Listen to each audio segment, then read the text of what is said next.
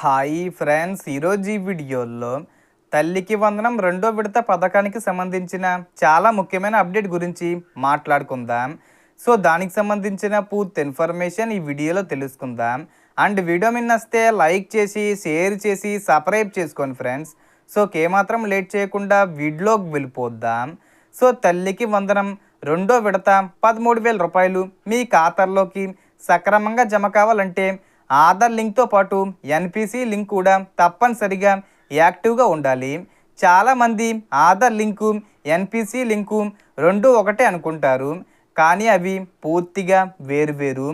Aadhaar link అంటే మీ ఆధార్ నెంబర్ను bank అకౌంట్కు జత చేయడం.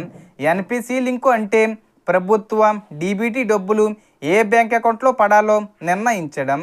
మీకు ఎన్నో బ్యాంక్ అకౌంట్లు ఉన్నా కూడా ఎన్పిసి మాత్రం ఒకే ప్రైమరీ అకౌంట్కు మాత్రమే యాక్టివ్గా ఉంటుంది. అందుకే చాలామందికి పథకాల డబ్బులు రావడంలో సమస్యలు వస్తుంటాయి. కాబట్టి ముందుగానే ఎన్పిసి స్టేటస్ చెక్ చేసుకోవడం చాలా మంచిది. అలాగే ముఖ్యంగా చెప్పాల్సిన విషయం ఏమిటంటే ఎన్పిసి లింకు లేదా ఆధార్ లింకు విషయంలో ఇబ్బందులుంటే బయట మీ సేవ ఆన్లైన్ సెంటరు లేదా బ్యాంకు కస్టమర్ సర్వీసు ద్వారా చేయించుకోవచ్చు. మీకు మొబైల్లో ప్రాసెస్ అర్థం కాకపోయినా లేదా వెబ్సైటు పని చేయకపోయినా దగ్గరలో ఉన్న సెంటర్కు వెళ్ళి Aadhaar link NPC mapping check చేసి అవసరమైతే మార్పించుకోవచ్చు.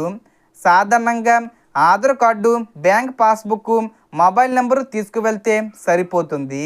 రాష్ట్ర ప్రభుత్వం జూన్ 19న ఈ పథకానికి సంబంధించిన నిధులను విడుదల చేసే అవకాశం ఉందని సమాచారం వస్తుంది. సో దీనికి సంబంధించి ఏ చిన్న ఇన్ఫర్మేషన్ వచ్చినా నేను వీడియో చేసి పోస్ట్ చేస్తాను. ఆ యొక్క అప్డేట్స్ మీరు మిస్ కాకుండా ఉండాలంటే వెంటనే మన ఛానల్ని సబ్స్క్రైబ్ చేసుకోండి.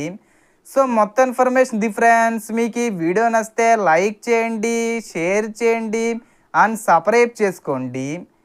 Thanks for watching.